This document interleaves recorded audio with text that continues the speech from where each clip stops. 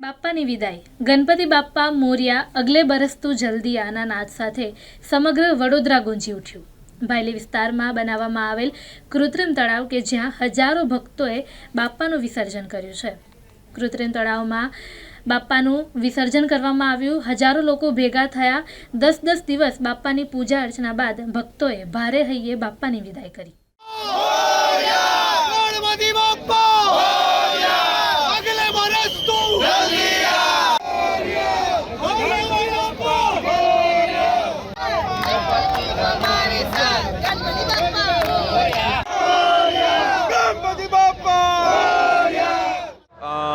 અહીંયા ગોત્રી પાસે Priya talkies cinema છે, એની પાછળ જે કૃત્રિમ તળાવ બનાવવામાં આવ્યું છે ત્યાં અત્યાર સુધીમાં 1000થી વધારે મૂર્તિનું વિસર્જન થઈ ગયું છે અને રાબેતા મુજબ વિસર્જન ચાલી રહ્યું છે।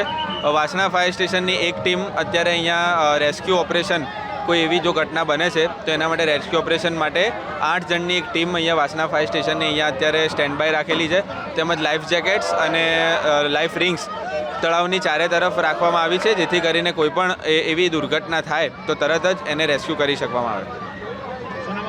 Jaydeep Gadhvi, sub fire officer, Vasna fire station. Ganpati Bappa Morya Ganpati બાપ્પાના જે વિસર્જન છે એકદમ શાંતિપૂર્વક વિસર્જન થયેલું છે। આખી ફાયરની ટીમ, કોર્પોરેશનની ટીમ અને મારી જે સમગ્ર મારી યુવાનો ટીમ છે એ આખી ટીમ મળીને સાથે 7 કે 8 ફૂટની જે બી મૂર્તિ હોય 2 ક્રેન મૂકવામાં આવી છે, એક સ્ટેન્ડ બાય મૂકવામાં 3 ક્રેનો મૂકી છે અને તરવાની ટીમ અમારી ત્યાં સક્ષમ છે કે બધી મૂર્તિ જે બી હશે એકદમ શાંતિપૂર્ણ વિસર્જન કરવામાં આવશે, કારણ કે માટીની મૂર્તિ હોય છે એટલે બહુ શાંતિથી એને વિસર્જન કરવું પડે છે અને જે બી મોટી મૂર્તિ છે ક્રેન દ્વારા બી વિસર્જન કરવામાં આવે છે અને લગભગ આ મૂર્તિ જે બી છે સવારના 4 વાગ્યા સુધી વિસર્જન થવાનું છે અને બધી વ્યવસ્થા કરવામાં આવી છે અહીંયા આગળ। બીજું કે જે બી અહીંયા ભાવિક ભક્તો આવે છે એમના માટે 10,000 માણસનો મહાપ્રસાદીનું બી આયોજન કરવામાં આવ્યું છે। ટાંકીની નીચે જ ભંડારો ચાલુ છે અને જે બી અહીં લોકો આવે બધા પ્રસાદી લઈને જ બધા ઘરે જાય છે અને શાંતિપૂર્ણ વિસર્જન થઈ રહ્યું છે। અત્યારે છેલ્લા 1 દિવસથી આજે 10મો દિવસ છે તો 10મા દિવસથી લગભગ 5,000-5,500 મૂર્તિનું વિસર્જન થઈ ગયું છે। લગભગ આજે હજુ બી બીજી 1400-1500 મૂર્તિ આવવાની આશા છે। નારાયણ રાજપૂત। આજે આનંદ ચૌદશ નિમિત્તે 10 દિવસ બાપ્પાનું ઘરે સ્થાપન કર્યા પછી આજે સૌ ભક્તો બાપાનું વિસર્જન કરી રહ્યા છે।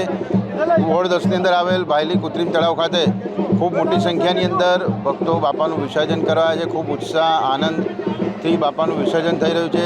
આજના દિવસે વિઘ્નહર્તા દેવના ચરણોમાં પ્રાર્થના કરીશ કે સૌ નગરજનોનું વિઘ્ન દૂર કરે, દરેકની મનોકામના પૂરી, દરેકનું રક્ષણ કરે, દરેકનું સ્વાસ્થ્ય સારું રહે, સૌ નિરોગી રહે એવી ભગવાન ગણપતિ બાપ્પાના ચરણોમાં હું પ્રાર્થના કરીશ।